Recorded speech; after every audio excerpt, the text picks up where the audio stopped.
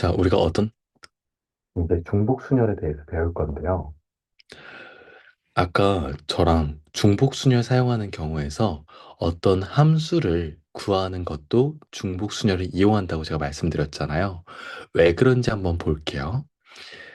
이게 23페이지에 나오는 내용인데요. 중복순열과 함수라는 제목입니다. 자, 이거랑 똑같이 제가 예를 좀 들어볼게요.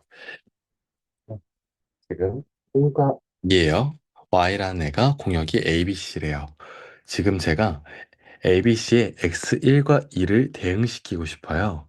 그러면 X에서 1, 2, 그리고 Y에서 A, B, C 이렇게 돼 있을 때 이거에 대응될 수 있는, 즉 함수의 개수를 구하라 라고 한다면 아까 제가 간단하게 얘기할 때 1이 대응될 수 있는 공역의 원소가 A 또는 B 또는 C 이렇게 세 가지가 있고 2가 대응될 수 있는 A 또는 B 또는 C 이렇게 세 가지가 있다라고 말씀드렸죠.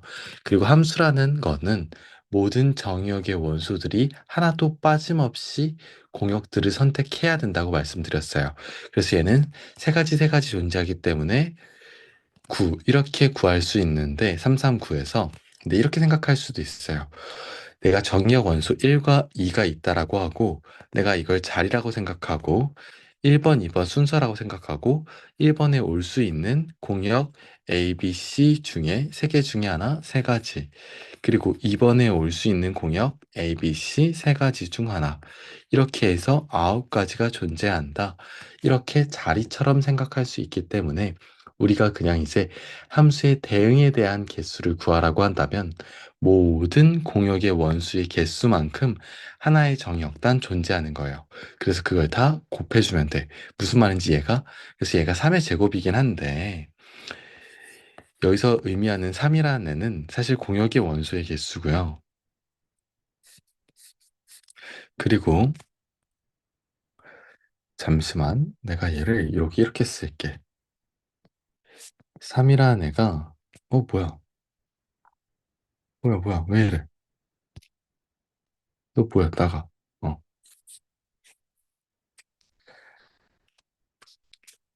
이렇게 얍.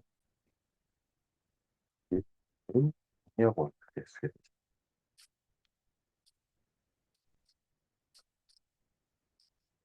자 이렇게 구해주시는 거고 지금 봐봐. 지금 우리가 그냥 함수의 개수를 구해라. 함수의 개수, 조피할 수 있는 모든 함수의 개수를 구해라 라고 하는 건 우리가 중복순열이라는 걸 알았죠?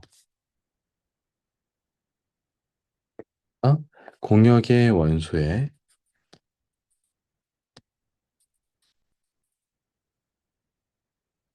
거에 이 정의역이 원소 개수만큼 제곱해라 라는 걸 알았어. 근데 만약에 1대1 함수다. 자, 정도 1대1 함수란 건 뭐냐면 저기 정의역 원수가 선택한 원수를 그 다음 정의역 원소가 선택할 수 없는 거야. 그러니까 중복이 안 되는 거지. 자, 예를 들어 이거야. 1이 A를 선택했어. 그럼 2는 A를 선택한 거야. 자, 얘는 그럼 아니죠. 그리고 아까 그림이 갑자기 생겨서 좀 놀란 친구들이 있을 수도 있는데 그냥 그림 이거에 대한 거보다 이렇게 내가 써서 하는 게 똑같은 거, 더 뭔가 좋을 것 같아서 그냥 써본 거고, 설명은 뭐 전혀 지장 없습니다. 그냥 그대로 이어가는 겁니다. 자, 이 1대1 함수의 개수에 우리 1대1 함수의 개수라고 안 주고 얘는 그냥 우리 문제에서 어떻게 나와 있지? 면 이런 식으로 나와 있을 수도 있어요. x1과 x2가 다를 때 fx1과 fx2가 다르다. 이렇게 이렇게 표현했을 때 얘가 1대1 함수라는 거 이해할 수 있어야 돼. 자, 그럼 우리가 이 함수를 가지고 구해볼게. 그럼 1이 선택할 수 있는 공역의 원소 중 하나. 선택하면 2가 선택할 땐 1이 만약에 A를 선택했다라고 하면 이 A를 제외하고 선택해야 된다는 거야. 그래서 만약에 1이 A를 선택했어. 1이 처음에 선택할 때는 세 가지 중에 하나죠. 그래서 우리가 어떻게 쓰냐? 세 개. 그리고 2가 선택할 때는 1이 예를 들어 A를 선택했다고 하면 B와 C 중에 하나 골라야겠죠? 두 개. 이렇게 고르는 거야. 그래서 ABC라는 공역의 원수 전체에서 두 개를 뽑아가지고 그게 1하고 대응시킬 건지 2하고 대응시킬 건지 순서를 정하는 거죠. 그러니까 얘는 뭐야? 그냥 순열이야. 중복이 되는 순열 말고 그냥 순열.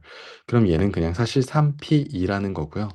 즉, 공역의 원소의 의 개수.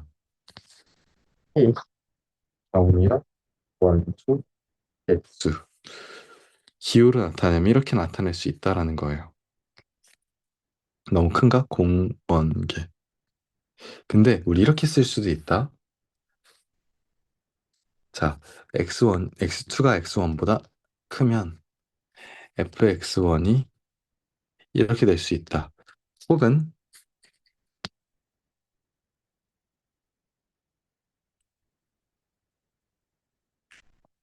X가 클수록 그한 값보다 크다. X가 클수록 함수값이 낮다. 다 이렇게 표현할 수 있는데 이거 어떻게 구하냐면 제가 이번 이렇게 나타내 볼게. ABC라는 함수값 y값은요 우리가 누가 더 크다 작다 알 수 없잖아요 문자니까. 그럼 내가 얘를 x를 1, 2라고 쓰고요 y를 2, 3, 4라고 쓸게요. 자 이렇게 가는 함수야 이번에는. 자, 그러면 일단 잡아. x가 더 클수록 그때 함수값이 더 크다라는 건 등호가 지금 포함되어 있지 않으니까 아 똑같은 함수값이 똑같은 y값이 중복될 수는 없는 거야. 그러니까 중복은 안 된다는 거야. x가 더 클수록 y가 더 크다라는 건 무조건 더 크긴 커야 된다는 거야. 중복이 안 된다는 거야. 자 그럼 우리가 있잖아. x가 클수록 함수값이 더 크다라는 게 결정돼 있다라는 건 뭐냐면 순서가 정해져 있다는 거야. 왜? 크기 순이 정해져 있다는 거잖아. 무슨 말인지 이해가? 자, 지금 생각해봐. 정의역 원소가 두 개야. 근데 나한테 필요한 건 여기서 중복이 안 되기 때문에 정의역의 원소 개수만큼 치역의 원소가 필요해요. 두 개의 원소가. 자, 그러면 2, 3, 4라는 공역의 원소 중에서 이 1, 2와 대응되는 치역이 2와 4였다라고 해볼게. 그럼 봐봐. x값이 더 클수록 함수값이 더 크다라고 문제 조건이 나와 있으니까 무조건 1이라는 이 정의역은 2를 선택하는 거고 2라는 정의역의 원소는 4를 선택하는 거. 이거 결정된 거잖아요. 무슨 말인지 알겠니? 만약에 x값이 더 클수록 함수의 값이 더 작아야 된다라고 돼 있어. 다시 말해볼게.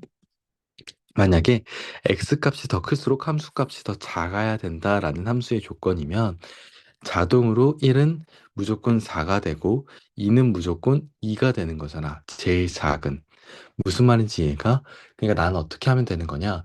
지금 존재하는 공역의 원소 중에서 내가 필요한 원소의 개수만큼 뽑기만 하면 정의역의 이 순서가 정해져 있기 때문에 알아서 함수값도 결정이 되는 거야. 그 순서에 맞춰서. 이해되십니까? 자, 그러니까 함수값이 더 커져야 된다라는 게 함수값이 더 작아져야 된다. 어차피 이 두 개는 크던 작던 간에 순서가 다 정해져 있다라는 건 똑같기 때문에 나는 그냥 공역의 원소에서 필요한 정의역 원소만큼 치역을 뽑아주면 된다고. 즉, 나는 뭐만 하면 된다고? 나는 뽑기만 하면 된다고. 이거 조합이라고. 근데 중복이 안 되죠. 그러니까 그냥 조합이라고. 자, 나는 순서가 정해져 있다라는 얘기는 나는 뽑기만 하면 된다라는 거야.